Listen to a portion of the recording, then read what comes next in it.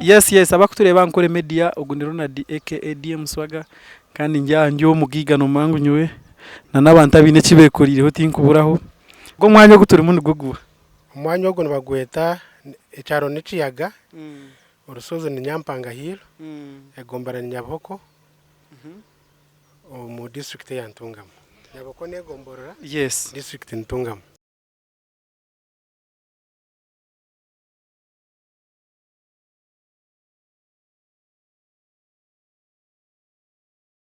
Yes abakutureba nkore media ugundi Ronald aka DM Swaga kandi njyo mugigano mangu nywe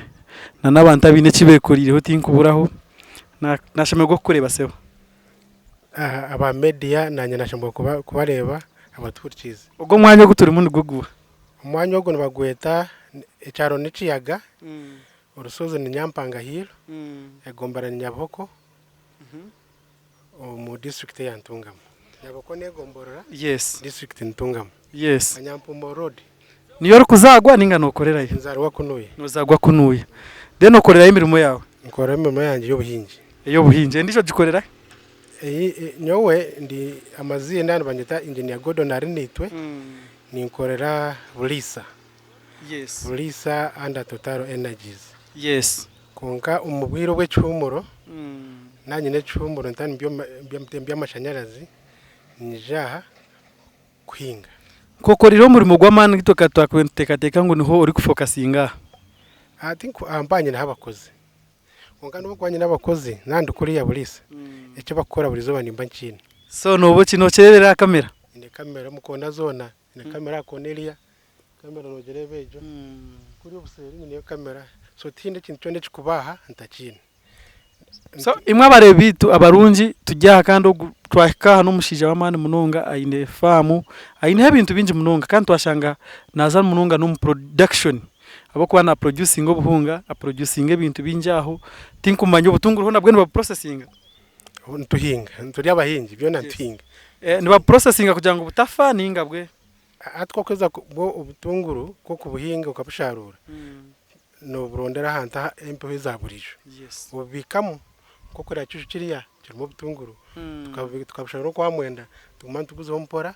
kugira ngo kugira impendo kwere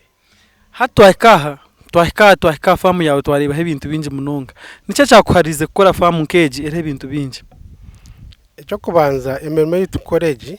tindagumendi nkora amashanyarazi ninza kusubwire mpumure ko ndahumba ningaruka cyaraha kandi ubwiro bwo kuhumura ndebo mu myaka 5 iki project ninje bari mu myaka 10 retirement ko ndahumure ninza kora kinza buzacyaro kushitama wanshabirizo muntu nyenda kuzo project zanjezi zimfune mbaka center kwa mani matagiye nago kutembe chikondo ati nyina mani mbasa kusibe icoma cha transformer unganza kusobwire ndakubasa aza nyowe umukuru bwanje nkantanye n'ekitekateko nkundu huba nahumwire nzacyaro nkore ibintu byo kuhinga hati akahunga kawe twara mashini nunje munonga ntuza kuziberekamo noketaka hakahunga kawo mukatare sofa company yanje nibageta Goren Engineering Services akahunga no Goren Maize Flour akahunga kitu UNBC heze katongo zakahira umutindo turi bamwe aba members abine certificate yo mutindo iri kwikizibwa kuremera iri kuribwa abantu ito turi akahunga hati so akahunga ko kakorera aho kaguza nkahe akahunga akatarokaro amashomero ati abakasoma banje binja binye birebe n'amashomero amashomero aganye ingurizo umugomboreji na Ntungamo na nawaza bongera nyina amashomero nkashatu hatagunyene nugwa kunsupportinga munonga kandi stira kahunga nikabana kabasa kuguzibwa na Kampala nangwa na Uganda yo na watchfo katwara na hoyima nitwara ni kwa inkubera nani ngenda nitwara kahunga Kampala nayo ni mbere nitwara kahunga kanjika abo abara Kampala kanyanya wanoreba gas between gas na share kanyanya gataho nineho Goren Mixed Farm Shop iri mu kahunga ka Goren Mixed Farm ene mumundana n'ubutungu akakorerwa he nyina akakorwa ha cyaro karumo twahika mu famu yawe twarebe nshohozeri nyingi nkanyo umuntu washomera economics nanimbara nareba irrigation na pipe work ibyo gukoresa nibasa kuba nibisera munonga iwe no chikoro ta ku investing sente zona aha kandi wakubase kuzikora mu business endisho. One, ubuhingi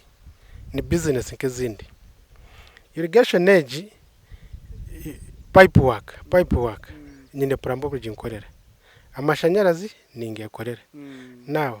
nakugira ngo ni business. Taro business yona yo kubasa kutandika nubo kwa nda kombeka ekizimbe. Ukazo mutabone yona nota musente.